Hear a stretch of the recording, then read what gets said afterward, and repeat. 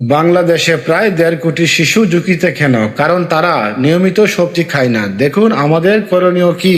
কেন শিশুরা ঝুঁকিতে? নাম্বার ১, রোগ প্রতিরোধ ক্ষমতা কমে যায়, বাচ্চারা বারবার অসুস্থ হয়ে পড়ে। নাম্বার ২, বুদ্ধি ও স্মৃতিশক্তি দুর্বল হয়ে পড়ে, পড়াশোনায় মন বসে না। নাম্বার ৩, হাড় ও দাঁতের সমস্যা হয়, শরীর গঠনে দুর্বল হয়ে যায়। নাম্বার ৪, কোষ্ঠকাঠিন্য আর হজমের সমস্যা হয়, কারণ ফাইবারের অনেক ঘাটতি থাকে। নাম্বার ৫, শরীর মোটা বা দুর্বল হয়ে যাবে, শরীরের ভারসাম্য হারিয়ে ফেলবে। নাম্বার ৬, জাঙ্ক ফুডের প্রতি আসক্তি বা শরীর ধ্বংস করে দিবে।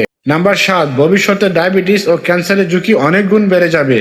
তাহলে আমাদের করণীয় কি?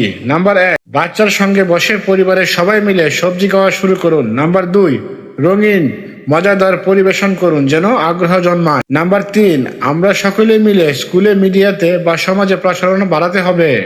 আজকে থেকেই বাচ্চার প্লেটে রঙিন সবজি তুলে দিন, কারণ সুস্থ ভবিষ্যৎ গড়ে উঠবে আজকের অভ্যাস থেকেই।